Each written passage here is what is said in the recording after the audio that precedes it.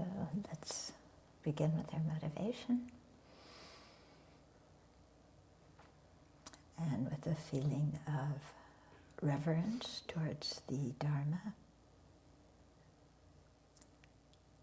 Feeling of, reverence, because what it says is true, what it says will lead us out of our confused, miserable situation.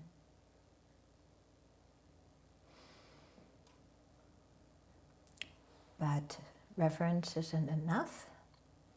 There has to also be a determination to practice,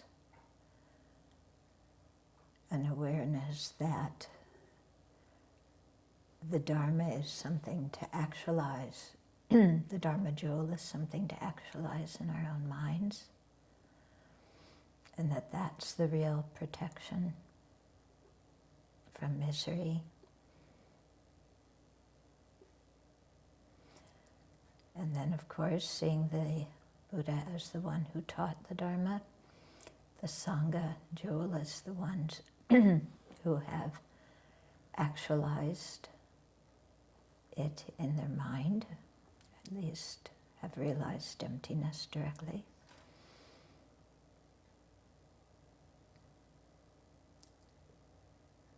So with not just a feeling of admiration, but a determination to become like them. And with that kind of mind, we approach listening to the teachings. And we also place it within the context of being of service to each and every living being. So let's create that motivation.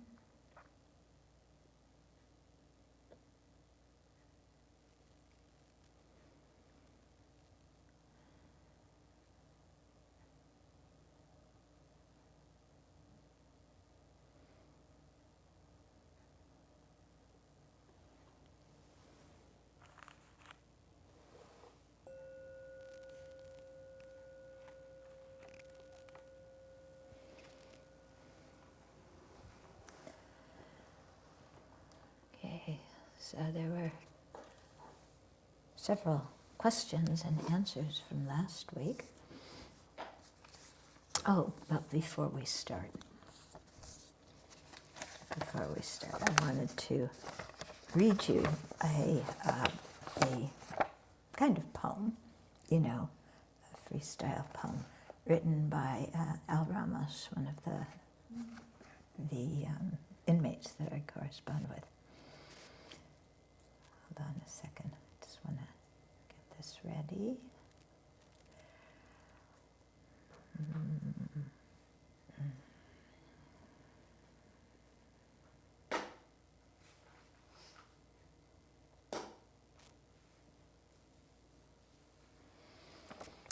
Okay, so Al's in prison in North Carolina. Yeah, he has a life sentence for murder. 2 murders. So he said, why is it that we always feel as if we always get the short end of the stick? It seems as if everyone else has it better. They get the fancy car, win the lottery, have the big piece of cake. Recently in the chow hall, I was in line for lunch. Someone in a wheelchair approached, and I told him to skip in front of me. That's very seldom done in prison, by the way. They thanked me, and I responded, "You're welcome." I noticed that everybody seemed to have a huge, fluffy, dark, decadent chocolate piece of cake. And I said to myself, now watch how small my piece will be. Because he's standing in line, What optimistic anticipation I had. And sure enough, my piece seemed to have been mauled, trampled on, and dropped from a 10-story building.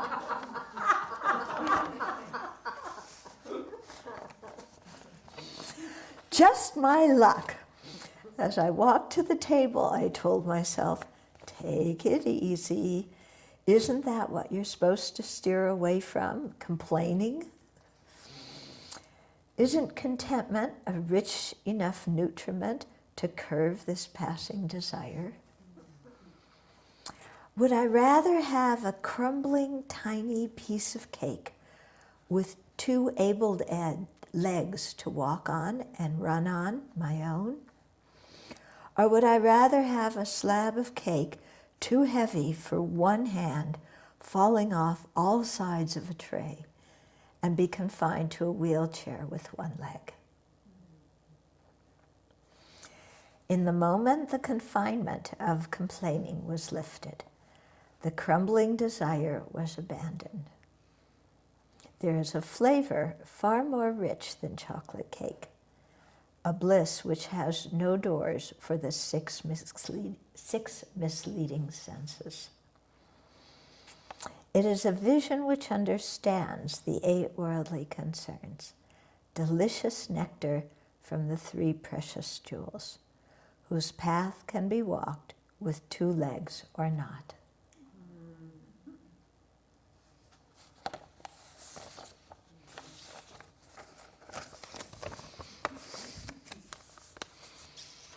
Yeah, he tells stories, from his life, almost every letter, little things that happen in prison that he gets irked about and how he thinks about the Dharma to remedy them.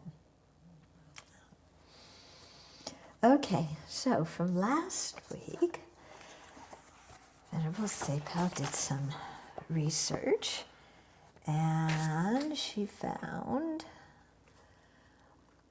just after the quote, okay, so in Tsongkhapa's Lamrim Chenmo, okay, in reference to this, killing living beings leads you to the 3 miserable realms. If you save others from being killed, you go to a happy realm and have a long life there. Okay, so that was the debate question from last week, okay? In the same way, stealing or giving away your possessions, being hostile or cultivating love and compassion, will produce results such as leading you respectively to a miserable realm or to a happy realm.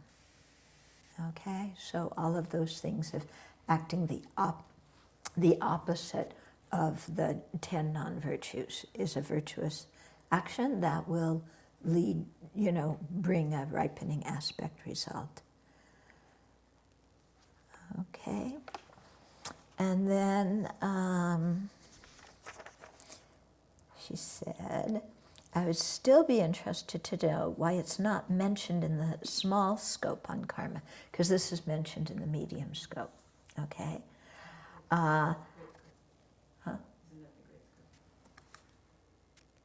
Oh yeah, you're right. Yeah, it's mentioned in the great scope. And again, I think it's because in the small scope, you can't give everybody all the information and all at once. It becomes too much for them. So I think, at the beginning, the idea is let's get people to cut out their really negative actions. And so for that reason, it's presented just stopping yourself, from doing it. Because you don't want to stretch people too far. Yeah, all at once, they may not be able to handle it. Okay, and then also the question why generosity is described as leading, mainly described as leading to resources. And, it seems like saving lives is the generosity of giving fearlessness, which I agree with, yeah, it's that generosity. But one thing that, the way they make outlines in the Dharma, it isn't if it's this one, it can't be that one. Yeah, many things are both. That's where Sharpa Rinpoche came up with the slogan, "Symmetry is stupid." Because when you look at some of the outlines, for texts like Ornament of Clear Realizations or whatever, there's 5 categories. The first category has 5, and the second of those 5 categories encompasses the last 2 of the 10 categories of the first outline. But you also have those 10 categories, when you get to the end, and this one encompasses this. And, they don't make outlines like we do in nice, neat, square boxes. It's so many things overlap, yeah? And so I think when it says generosity leads to resources, yes, surely it does, and that's really easy to understand. That makes more sense, and it's not too difficult to understand, but that doesn't mean that it only leads to resources. It can lead to other things too. Yeah. So I think that's part of it. So, for example, practicing fortitude. So the first fortitude to abandon retaliation when others harm. Okay, so that involves changing our mind and replacing a malicious intent with either a neutral one or a virtuous one. Yeah, and so that's listed under fortitude, but isn't it also the one of the 10 virtues of counteracting malice? Yeah, so it's also part of ethical conduct, but it's also part of fortitude. So I think there's a lot of things that can go in more than one category. Okay. And then Jack had a couple of questions about polluted. Verse 1 is about polluted and unpolluted karma. So how does one reconcile the commentary that polluted virtuous karma creates the cause for samsaric rebirth and samsaric results in not liberation, with the teachings on dedication and virtuous activities, dedicating your practice and your virtuous activities to attaining liberation and awakening. When ordinary beings who still have ignorance and afflictions create merit, even though polluted, does sincere dedication for liberation and awakening influence the karmic result to that direction? Yes, quite definitely it's going to influence it. That still means that virtue that you created, it's not going to be a direct cause for liberation or awakening. It's going to be an indirect cause. But they say it won't completely get used up until you attain awakening. Yeah, but it'll ripen in some positive, conducive circumstance while you're in samsara that gives you the opportunity to continue practicing and developing wisdom and compassion. Okay, so I think it's this whole thing about a direct cause and an indirect cause. Yeah. And then about fluctuating and non-fluctuating karma. Humans create the non-fluctuating karma to be born in immaterial realms by achieving the respective absorption of that realm. Okay, and when the karma is exhausted, they are reborn in another realm, a lower realm. Okay, so they're not usually born in. I've always heard it that they're down back in the desire realm. Yeah, after they have that nice rebirth in either the material or immaterial realms, then it's kerplunk in the desire realm. But when one is born in one of the immaterial realms, do they continue to create non-fluctuating karma there because they remain in the meditative absorption of that realm for so long? Yeah, I don't think so. Yeah, they're just experiencing the result of their previously created karma. And then once that's used up, it's down in the lower realms. Well, down in the desire realm. Yeah, I don't, otherwise if you say that they keep on by doing that that level of meditative absorption, they keep creating the cause for being there, then it becomes impossible for them ever to leave that realm. And all of our rebirths in all of the realms are impermanent. Yeah. Unless it didn't ripen for eons later, not in that life. If they created more karma for that realm. Yeah, but they usually describe being born in that realm as a result of being a human being and doing that, getting that, attaining that meditative absorption. Yeah. You can't have a volition when you're that absorbed, can they? Well, all consciousnesses have the mental factor of intention. But, they're so deeply absorbed that they never stray from their absorption at all. Can a human that's experienced those absorptions dedicate that merit to a precious human life instead? You have to create, the causes of the precious human life. Usually it's ethical conduct, for getting the upper rebirth, and then the 6 perfections. But it's not really the 6 perfections, because then only bodhisattvas would get an upper rebirth. They say 6 perfections, but it's any, generosity or fortitude or those ones.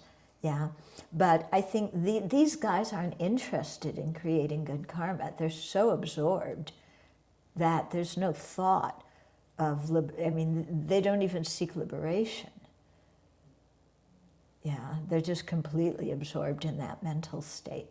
So I don't think they have the thought, and why would they, If you're absorbed in that kind of meditation, you never stray from your object of meditation. Why would you say, I want to create good karma to be born in the desire realm, when the desire realm is like a hell realm compared to what they're experiencing in the immaterial realms? Yeah. That would be like us, saying, I think I'll create some merit and, be a luxury cat. Yeah, or, be born in South Sudan and, something like that. Okay. So, this is one of the reasons why, and this is coming in the next question, that they talk so, well, why don't I read the next question? Okay. So, it says, Geshe Sopa speaks about devas as devas are beings there's 3 kinds of devas. One's in the desire realm, and then the form realm and the formless realms. They're all called devas, but they're all very, very different types. Okay? So Geshe Sopa was speaking about rebirth as a deva as being superior to being reborn as a human. So human beings are the lowest of the 3 types of fruitional results. Of the fruitional results of virtuous karma. Yeah, not of all fruitional results. I'm wondering if you can speak about the 6 levels of devas in the desire realm. No. I think Geshe Sopa's explanation is sufficient. Okay, and it comes in here. Because I don't want to extol the good qualities of the desire realm, and of the gods in the desire realm, because then somebody may get some aspiration to be reborn there. And sure, it's better to be reborn there than in the lower realms, and it is more pleasurable than in our realm. But, the devas in the desire realm have a little bit of opportunity to practice. In the form realm, even less. And by the formless realm, forget it. Yeah? So there's no sense for us to generate that aspiration to be born in that realm. For people, because sentient beings have so many different aspirations and dispositions and so on, And you'll meet people who, their foremost thing is, I just want to have a good rebirth. And I want to be rich in my next rebirth, and I want to, have power, and I want all the worldly success, and I want this, and I want that, and the other thing. And that's what really motivates them, is they want a good worldly life. And so they'll create merit and dedicate it for that. And if they create a lot of good merit, they may be reborn as a god in the desire realm, yeah, who have its sense pleasure deluxe there. But for us who have met the Dharma, who at least have some even minuscule aspiration for liberation or full awakening, it's useless to aspire to be reborn as a desire realm god. Useless. Why would you aspire for that? Yeah, because you have more obstacles to creating virtue than you do in the human realm. Because you can see, even in our, they say human realm is good because we have kind of equal proportion of suffering and happiness, not so much suffering that we're totally overwhelmed and can't practice, but also not so much bliss and pleasure that we're totally overwhelmed and can't practice. And you can see, in some people's lives, the people who are starving, for sure, are very sick, more obstacles to practice. But the people who have great wealth and prestige and power, also, it can be sometimes very difficult for them to practice. They have so much social expectations. Their life is so nice. They don't think of future lives. They don't think of liberation because the appearance of this life is so strong and it's so wonderful. Yeah? So, too much pleasure can really be an obstacle for Dharma practice. Yeah, the pleasure that makes us blind to everything else. Okay, so I've never heard that we should make aspirations to be reborn as a deva.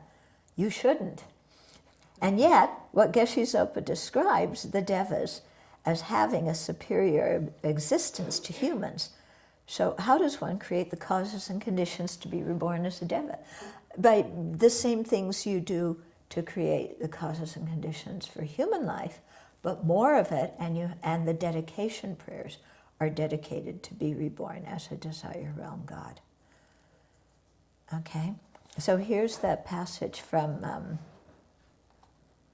I'll read the whole thing because it's interesting, from Geshe-Zopa. In the desire realm, there are 6 different levels of devas. These devas have a superior existence to humans. Their life is more peaceful and much longer than humans. Their environment is more pleasurable and their bodies are more subtle. Still, they are of the desire realm, which means that they are still subject to desire, especially sexual desire, and they engage in sexual activity. However, because they have subtle bodies that are not made of gross flesh and bone, their sexual activity is of much more subtle nature than that of humans. Yeah, and so, that's where the story comes from. The Buddha's cousin, Nanda, not Ananda, but Nanda, it's like he wanted that kind of birth. Wasn't it? Oh, he wanted to go back to his wife. That's right, he wanted to go back to his wife. He wanted to disrobe and go back to his wife. And the Buddha, instead took him to these desire realm gods, god realms, with all these beautiful women, and then said, if you create virtue being a monk, you can be reborn there. And he said, forget my wife, she looks like an old hag compared to these gals. And okay, but you can see how Nanda's mentality was very small and narrow. Yeah, very narrow mentality. He did change. Yes, he did change.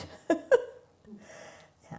So why do we say that human rebirth is the lowest of the three types of fruition? That's a misedit, because there's also rebirth in the hells, the hungry ghosts and the animals are also fruitions.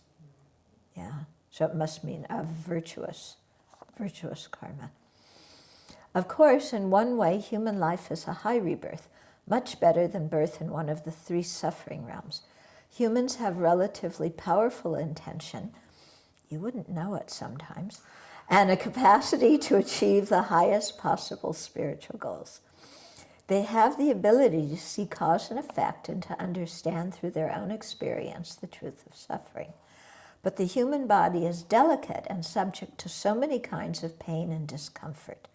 It is an earthly, rough kind of body, full of impurities with a short lifespan. It requires a great deal of attention to take care of the human body, and such concerns disturb one's peace of mind. It is in this sense that the human rebirth is inferior to the more subtle and more peaceful lives of the devas. Okay?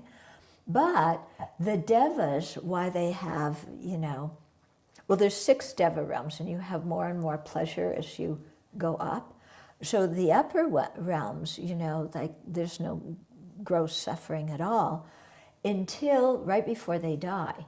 And then they have visions of where they're going to be reborn, which is always lower.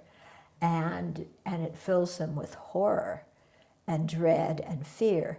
Plus, their body starts to decay, their flowers wilt, they have bad breath, their body smells, everything like that. So all their friends don't want to come near them because they're not using the right toothpaste and wash mouth and deodorant and laundry soap. So all their friends abandon them. And so these Deva realms gods have horrible rebirths. They die alone with a lot of suffering and, incredible mental suffering that way. Okay. Then the lower level Deva realms, they're always fighting with the demigods, They have a property dispute that somehow never got settled in court. Because, what is it? The roots of the trees are in the God realm. But The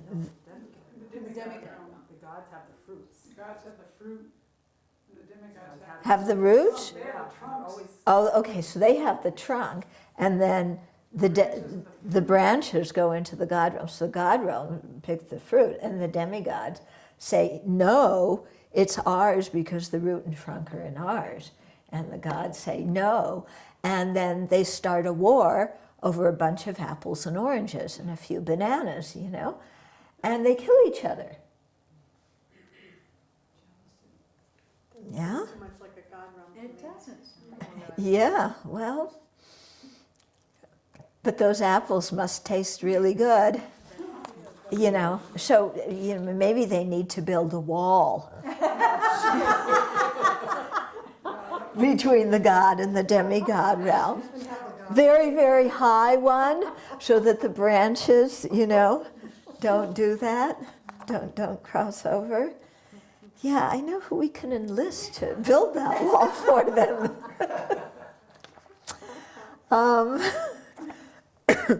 He is a God realm guy and got lost. Okay, so then the next question is again, thinking about what we call throwing or projecting or propelling karma. And this link of existence or renewed existence, I think, is clearer. Yeah. Okay. So Geshe Zopa says, okay. So he says, so he's talking about the karmic seed that gets planted in the mind. The first link of ignorance produces the karmic formation, the second link, which gets planted in the first half of the third link of consciousness. Okay, so that seed remains dormant until it is nourished and activated by the moisture of the afflictions of craving and grasping. I translate it as craving and clinging because grasping, the Sanskrit and the Tibetan word for grasping into existence is a different word than the ninth link. Yeah, so in order to avoid confusion with people thinking that it's the same word, I say craving and clinging. Okay, but it's still referring to the eighth and ninth links. So the projecting karmic seed is thereby activated and ready to yield its fruit as a new rebirth. However, there is one more causal element necessary to complete the causes of this period of actualization, and that is a secondary karma, an action taken just at the time of death. So what he's referring to here is you have your craving and clinging, which are like the fertilizer, you know, getting your karmic seed ready to germinate. And then this other action that he's talking about is your mental action at the time of death, like what you're thinking about. Okay, so that's a thought, it's a mental action, but it's very powerful because if you have a virtuous mental thought, it helps a seed of a virtuous karma ripen. If you die and you're angry, or you die and you're clinging to your possessions or your family or something like that, then it makes the seed of a non-virtuous karma ripen. Okay? So he says, in other words, there are three supportive causes that actualize the main karmic seed. Craving and grasping are the afflictions that act as the moisture, awakening and activating the seed. And then a final karma, which is usually a mental action, a thought at the time of death, acts as the third supportive cause. This thought usually happens before the breath stops, because after the breath stops and you start having the white and red and black and so on visions, the mind is too subtle and the conceptual mind isn't functioning. So it's always in the first, part of the death process. This final karma will be similar in its ethical tone, virtuous or non-virtuous, to the main karmic seed. Okay, so it's what I just explained. If you have a virtuous thought, it makes the seed of a virtuous karma ripen, and same for non-virtuous, the other one. So that's why it's really important to try the best we can to have a virtuous thought when we're dying, and to train our mind in all situations to catch ourselves when we start having a non-virtuous thought. And that's also the benefit if you have some Dharma friends with you when you're dying who can remind you, and say, think of the Buddha, Dharma, and Sangha, or think of your meditation deity, or think of bodhicitta, or, dedicate your merit, or, they can say something that will help us have a virtuous thought. Because when you're dying, your body's out of whack, your mind's out of whack, and, you can see even when we're sick, it's so difficult for us to control our mind, isn't it? And let alone when we're dying, then our body's really going to be turbulent. So that's why it can be very helpful to have somebody nearby to remind you. Yeah.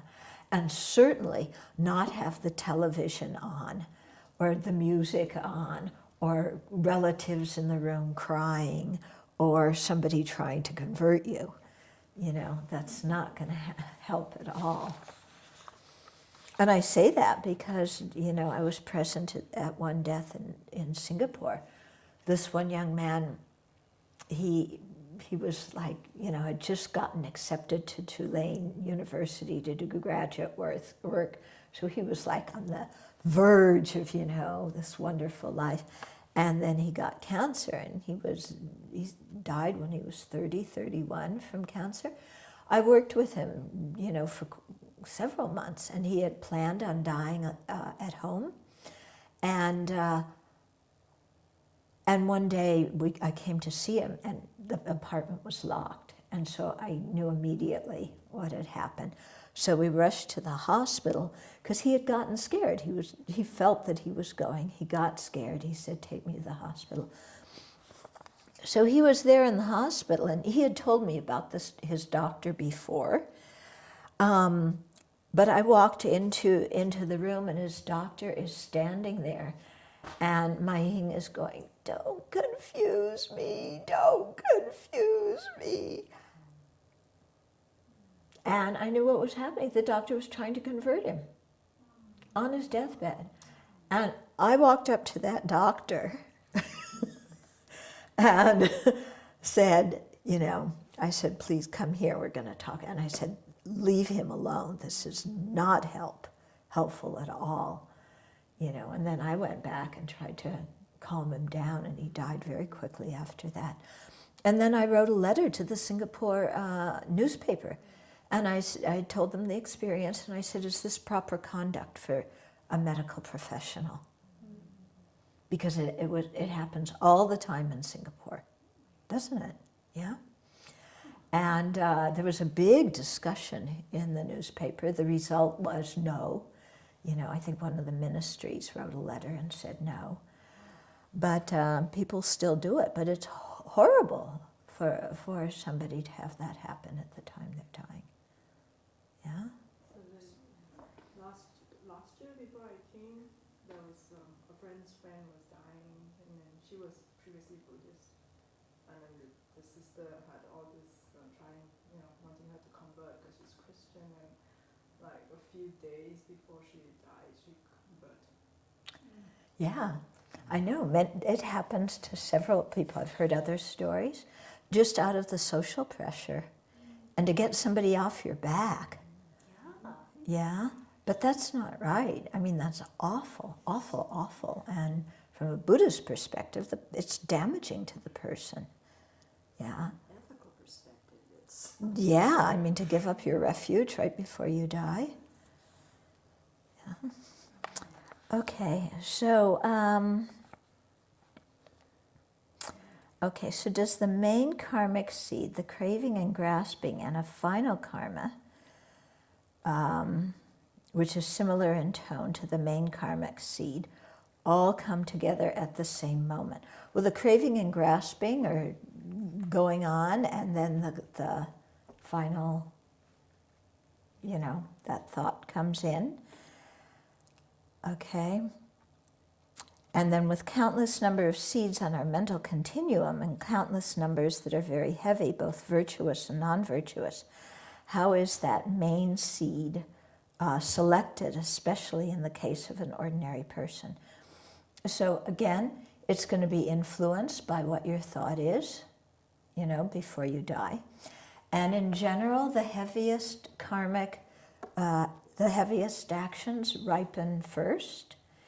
If there's actions that are kind of equal, then the one that was created, or if there's no really heavy actions, then one that was created closer to the time of death, most recently, that will ripen. If there's no karma that's really strong, that's created closer to the time of death, then a karma that's very habitual, something that you do repeatedly. And then if there's none of those, then whatever karma was created first. That's from Vasubandhu. Okay, so, according with all these seeds on our mind stream, which one ripens? There's got to be some very subtle process of dependent arising going on there, that's conditioned by all these things, all these different factors. But, that one I'm going to defer to the Buddha. Okay. In the case of a sudden death, even if a person is a practitioner, It is difficult to understand how the whole process unfolds very quickly. Yeah, it goes very quickly. Obviously, it points to the necessity to transform our mind and guard against negativities. But for us ordinary people, that is difficult. True. That's why we try, and that's why we practice and prepare. And at this point, is it fair to conclude that the negative seeds are on continuum outnumber our positive ones? No. It depends completely on the person. I don't think you can say that. Okay.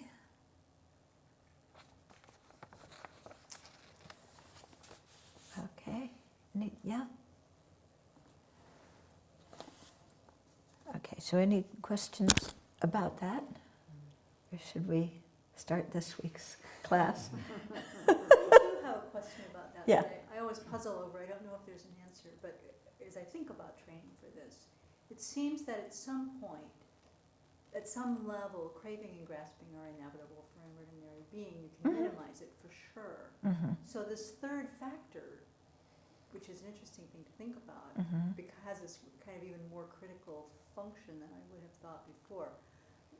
I mean, I don't know, maybe there's nothing to say, because if we're training to try to have as calm a mind as possible and to cultivate bodhicitta and all the things that we're training for, that's what motivates that third factor, because craving and grasping are going to be there no matter what. Right. That's what I want to confirm. Right. That's accurate. Right. And that's why, we always say if you can take refuge at the time of death, you won't be born in the lower realm, because that thought will make the seed of a positive karma ripen. Okay. Yeah. Can you explain, last week you were saying that the Buddha does not create karma. So why is that so? Okay. The Buddhas don't create karma, because karma is implying, the polluted or unpolluted kind. And what the Buddhas have is, it's the same word, lay, but it's trinlay, which means awakening activities. So they have actions, they do actions, but they're not, they don't fall under the category of karma. Okay? Because they're spontaneous, effortless actions that arise because of all the merit and, this habitual tendency in the Buddha's mind. And there's nothing to stop that energy from going forward. There's no antidote that can stop a Buddha's awakening activities. Okay, it's just that it's not called karma. Okay? Anything else? Okay. So, then, let me find the place here. Page 9. Okay, so, so we're going to talk about a new karmic topic, which is definite and indefinite karma, sometimes translated as certain and uncertain karma. Okay, so what definite means, okay, I'm going to read you this quotation from Asanga, the Yogacarya Rumi. Okay, okay, karmas whose results are definite to be experienced are actions that are consciously done and accumulated.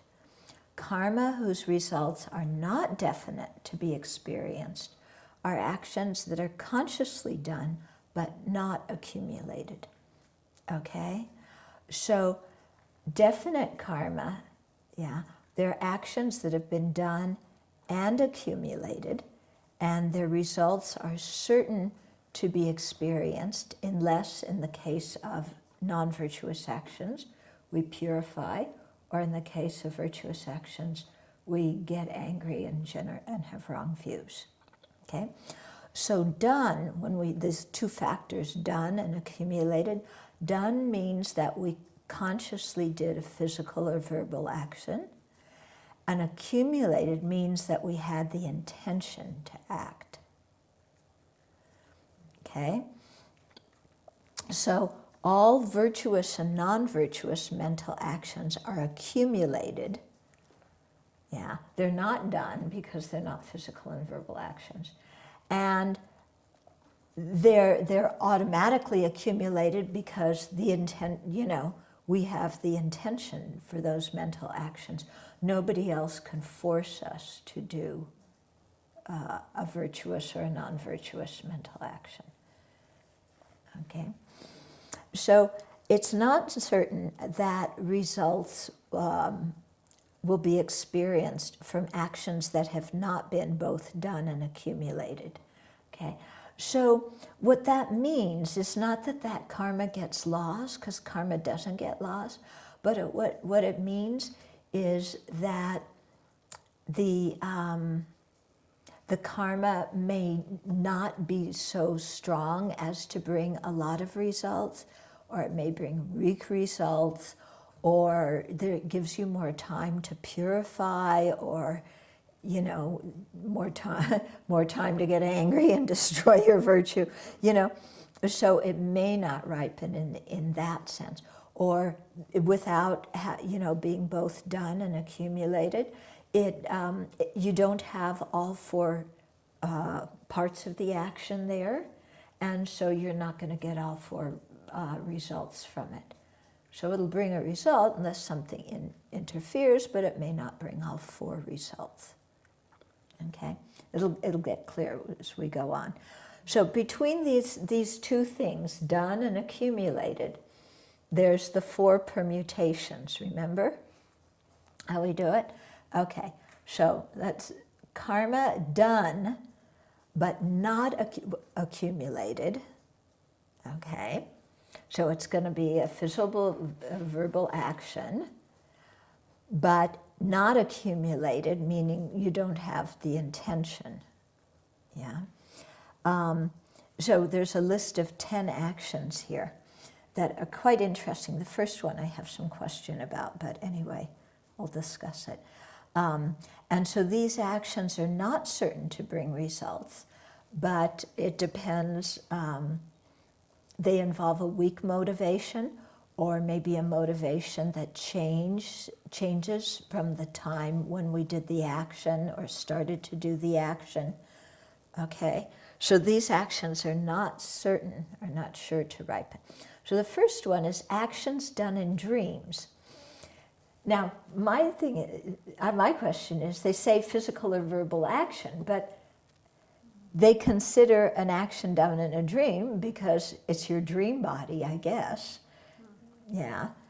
So they're actions done in dreams. So we dream of making offerings to the Buddha. Yeah. If when we wake up, we rejoice at what we did in the room, in the dream, then that creates positive karma, because we have the accumulated part. We have both the done and the accumulated.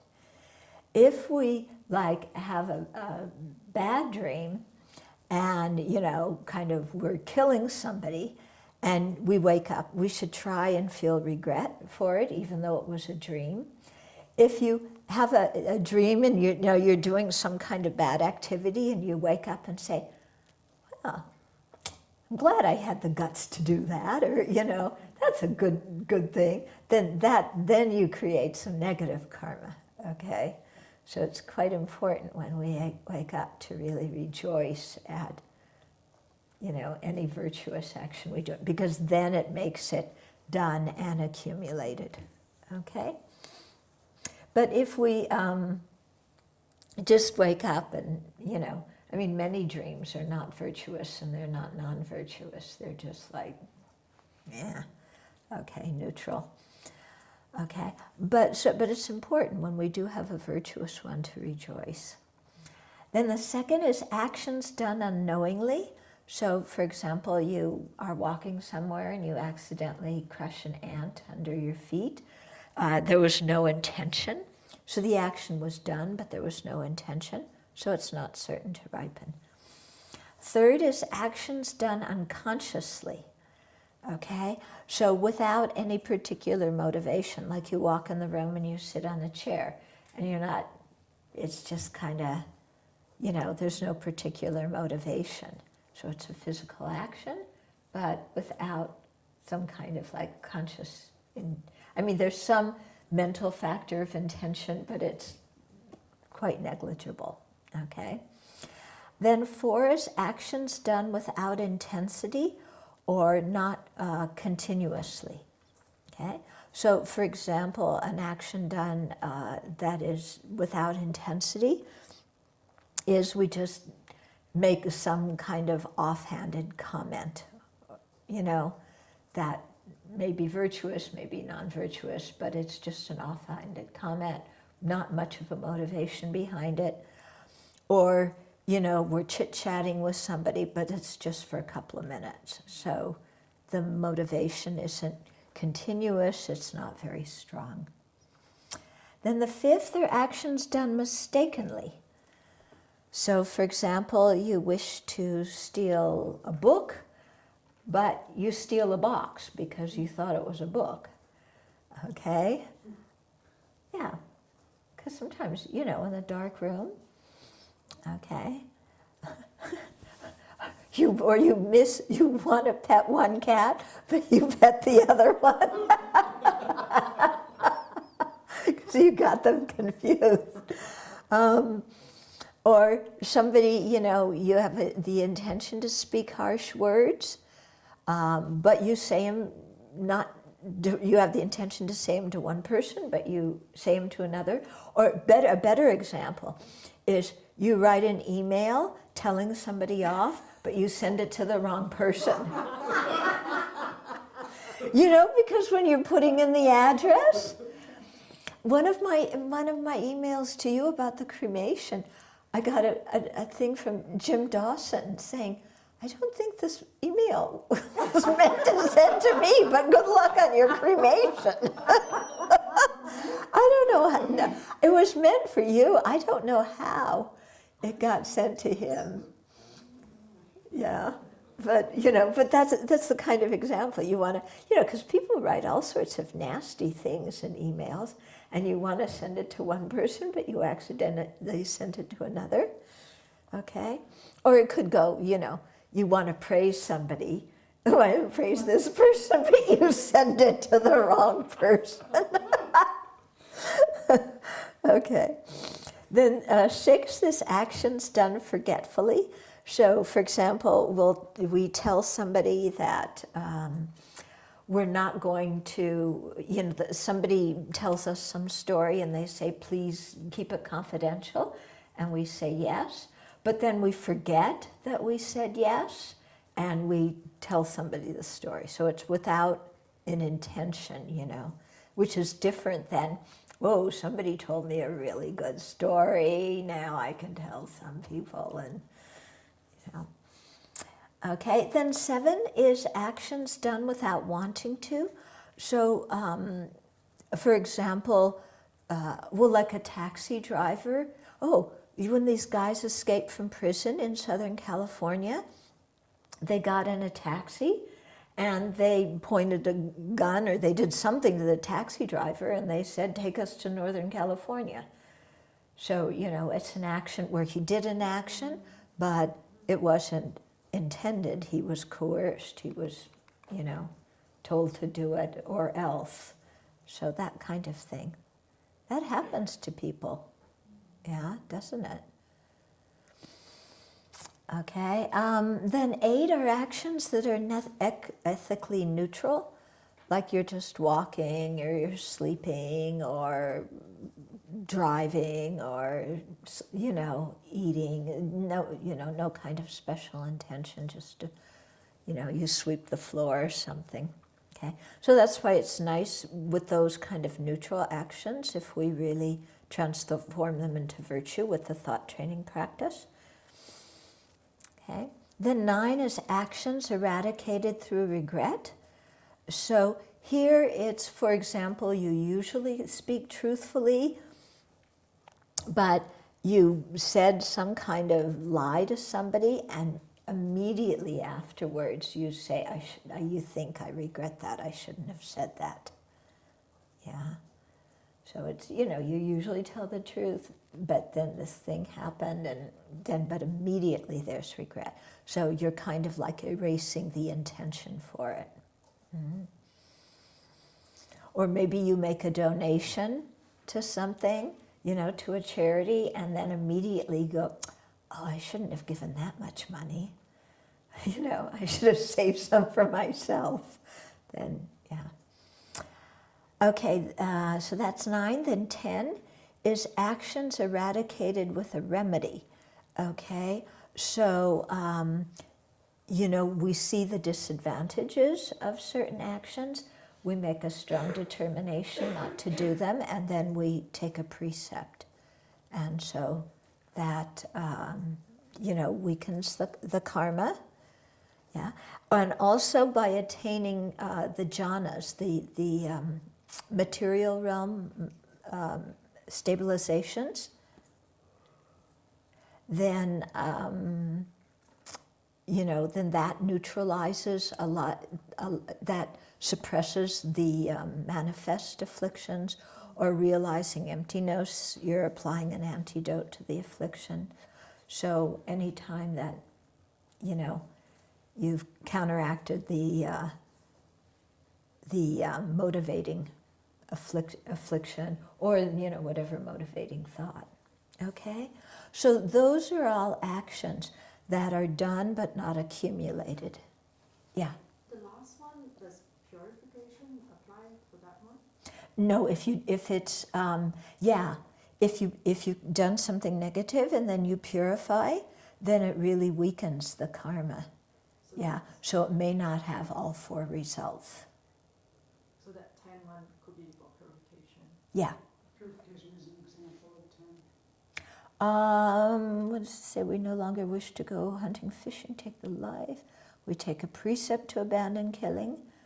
We subdue the afflictions and weaken worldly attachment by attaining jhanas or eradicating the seeds of those destructive actions. I think the purification would be number 9, which is the actions eradicated through regret. Yeah, I think that would be the 9th one. Okay. Then almost all other actions, aside from those 10, are actions that have been accumulated. Yeah.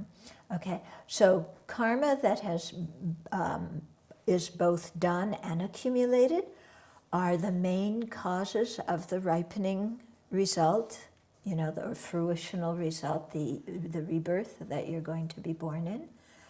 And they're actions that are not included in the 10 above, because those 10 are done but not accumulated. And here, the second option is both done and accumulated. And so their results are certain to be experienced. Okay, and then the one of the commentaries to Abhidharma Kosha says that karma done and accumulated has 6 characteristics. So the first one is that the action is done deliberately. Okay, so it's not done through impulsively or coercion or against our will or anything like that. Second, all parts of the action are complete. So it eliminates situations where you think of doing something but you don't do it, which could be, again, both positive and negative. Then third is the person does not regret the action afterward. Okay. Fourth is no antidote is applied to purify it. Fifth is the person rejoices at having done the action. And sixth is the result is certain to be experienced. Okay? So you can see there's all those conditions that make it certain. And I think there it's really emphasizing to produce a ripening result. Okay. Then the next, the third of our fourth permutations is karma that is not done but accumulated. And that is, for example, you make plans to do something and then you don't do it. So maybe, you know, somebody makes all these plans to rob a bank, and then at the end they say, too dangerous, I'm not going to do it. Okay? So that's not done, but accumulated, because you intended to do it, but you stopped the intention was strong. Or it could be, you know, an intention like, oh, I'm going to do retreat, or I'm going to take precepts, or whatever it is. So the intention's there, but then you change your mind at the end and don't do it. Okay?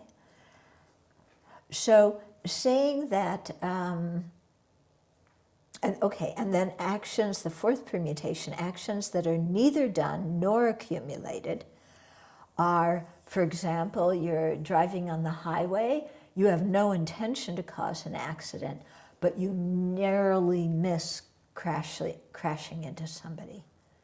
Okay? So there's no intention to crash, plus there's no action of crashing. Okay, so that's not done and not accumulated. So when we say that a karma is definite to ripen, it means unless we apply the counter forces. Okay, so either purification or we destroy our virtue by anger and wrong views. So saying a karma is definite to ripen or certain to ripen doesn't mean that it's predetermined. Okay, we have to be very, very clear, because Buddhism does not talk about predetermination at all. Okay? And if you think, oh, everything's just predetermined, there's nothing to do, then for sure it's going to be predetermined, because you're not going to do anything to counteract it. Not that it's really predetermined, but for sure it's going to ripen it, you know, because you're just thinking, well, you know, everything's predetermined. What's the use of, you know, saying all these mantra or doing the four opponent powers or something like that. Okay? So in terms of when karma will ripen, there's 3 times: in this life, in the very next life, and in lives after the very next life. Okay? So karma, so this here we're talking about karma of the second link, so it has all 4 parts to it. Okay? So it's a definite karma. So, actions that ripen on this life are very strong, either constructive or destructive actions. Okay? And again, Yogacarya Bhuma gives examples of 8 such actions. They're in 4 pairs. So this is very helpful to know, like, what to avoid and what to do, because these are very strong actions that can ripen in this life. So the first pair, you know, non-virtuous actions done with strong attachment to your body, and virtuous actions done with strong disinterest in your body. Okay? So you can see, you know, non-virtuous actions with strong attachment to your body. You know, you're somebody's beating you up, or you're beating somebody else up, or somebody insulted your body and you're furious. You know, so that's something that is strong that can ripen this life. And then any kind of virtuous actions where we don't have so much interest in our body. You know, like that example I gave of that man, you know, saving the child in the subway, or, you know, anything like that. Okay, then the second pair is non-virtuous actions done with great malice towards others, and virtuous actions done with heartfelt compassion and care for them. Okay, so here it's actions with a very strong intention, but particularly an intention of malice or compassion. So, you know, you really hate somebody, yeah, and you're doing, you know, horrible negative actions, like with a lot of hatred, then that kind of karma can ripen in that life. Or you do virtuous actions with very strong compassion and very strong care for others. So the first one, I mean, it's I think of like, well, Jihadi John is the first one who came to my mind, you know? He did non-virtuous actions with very strong intention, and then, you know, he got killed. You know who Jihadi John is, yeah. So, yeah. And then, you know, strong virtuous things, actions done with very strong compassion for somebody, maybe caring for somebody who's sick, or, you know, teaching the Dharma to somebody who's really in a lot of pain, or, you know, there's so many different ways to create virtue, but you have a strong, very strong compassion for that person. Okay, then the third pair that can ripen in this life, non-virtuous actions done with deep malice and ingratitude towards the triple gem, the three jewels, or your spiritual mentors, and virtuous actions done with deep confidence and regard for them. Okay, so here it's in terms of the object. You know, the three jewels and our spiritual mentors are very strong objects with which we create karma. So if we have a lot of malice and ingratitude, you know, it creates a lot of negative karma towards them. If we have confidence and faith and regard for them, it creates good karma. Yeah. So, yeah, somebody with deep malice and ingratitude towards the three jewels or their spiritual mentor, I mean, yeah, somebody just gets angry and walks out and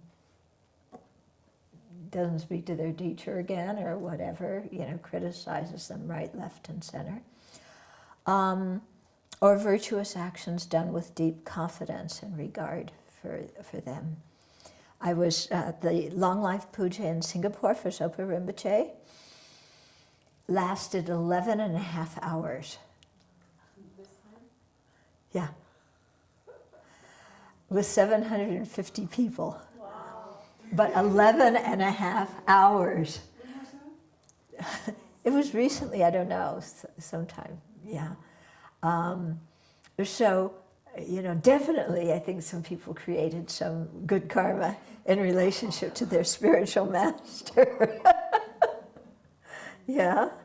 And then a lot of people made donations. We made a donation for the puja too. Yeah.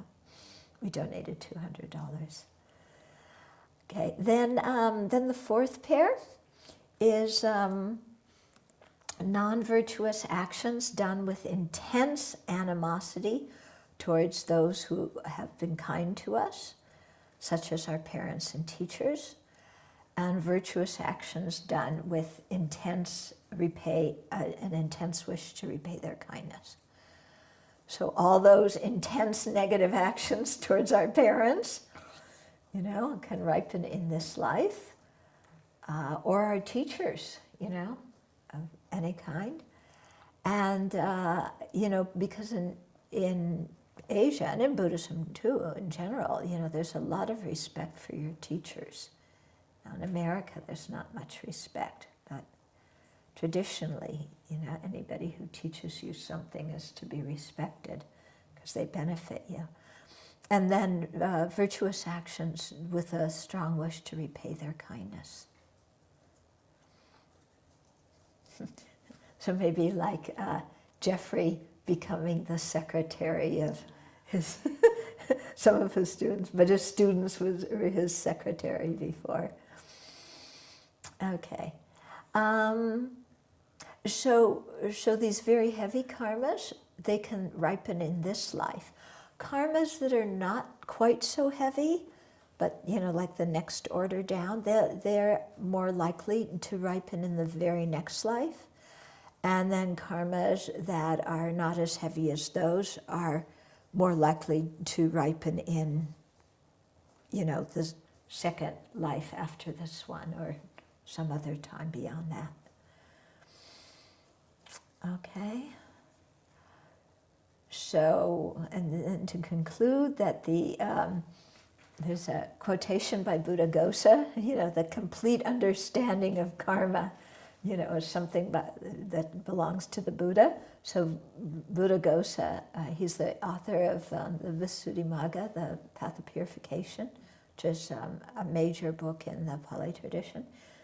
He said the succession or sequence of karma and its result is clear in its true nature only to the Buddha's knowledge of karma and its results, which knowledge is not shared by disciples. And Vasubandhu says, nobody but the Buddha understands in its entirety action or karma, its infusion, its activity, and the fruit that is obtained. Okay. So, any questions, comments? There's a question online, Lamrim. Yeah. The person writes, if within a family, one of the members has a problem with another member, and you're told to keep it confidential, but to resolve the conflict, you share it with another member, does this have bad karmic effect? Somebody telling you to keep it confidential is not the same as you're promising to keep it confidential. They're two different things. Somebody telling you to keep it confidential without asking you, that's not really right, Generally, if somebody asks us to keep something confidential, we should do it. But if it's, if it would be better to resolve a situation to not keep it confidential, and you haven't promised to keep it confidential, then, you can say it. But if the other person finds out, just, be ready that they may be unhappy with you.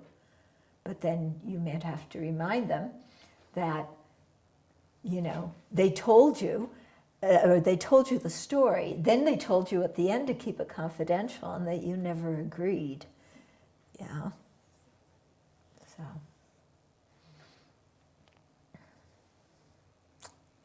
Yeah.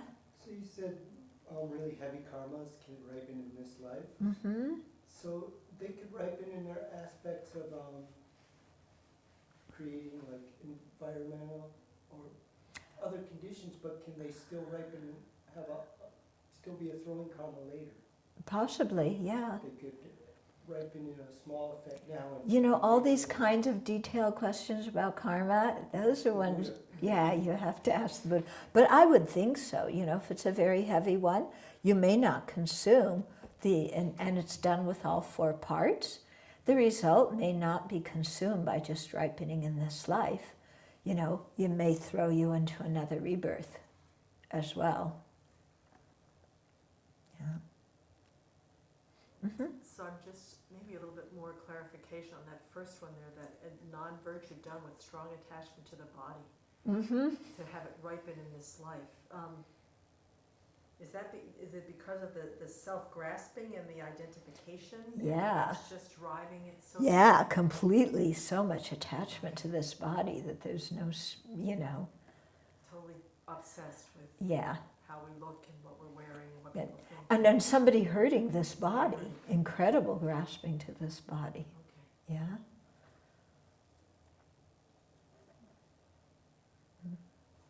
Looking at the 4 thing that, for this life, Mm-hmm. 1 is attachment and 3 is anger. Driven by anger. Yeah. Malice, Well, malice and animosity. yeah, but they can also, not all of them were driven with strong regard for your three jewels, yeah, or no, little attachment to your body, or all of them. They're strong either because of there's one factor. Then it could be either strong in a negative way or strong in a positive way. Yeah, I mean in a negative way. So The negative three ways of are, them is anger and one is attachment. yeah. And you can see that, because anger is pretty strong and pretty damaging, isn't it? Yeah.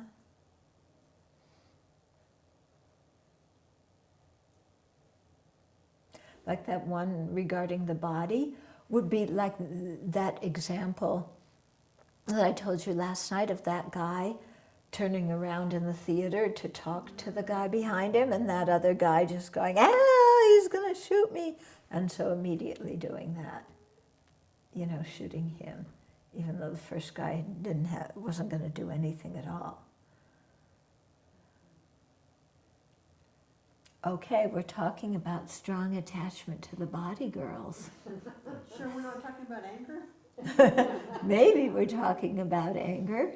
So it actually could be done with both of the first two. You could be concerned about your body, worried someone's going to hurt you, and then act maliciously towards them.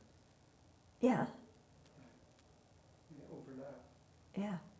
yeah. See, it's not, there's things that overlap, not just one or the other.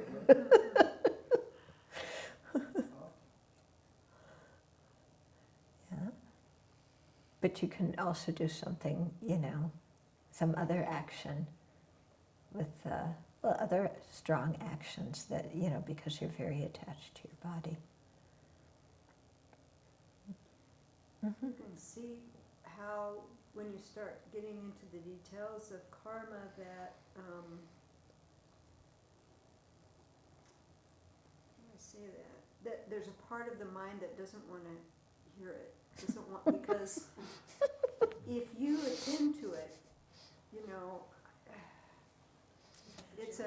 it's a big weight. You have to be very mindful all the time what you're doing. Yeah. It's very serious business. Yes. Yeah. Which is probably why, in response to her question, they didn't put it all in the first, when they first teach it.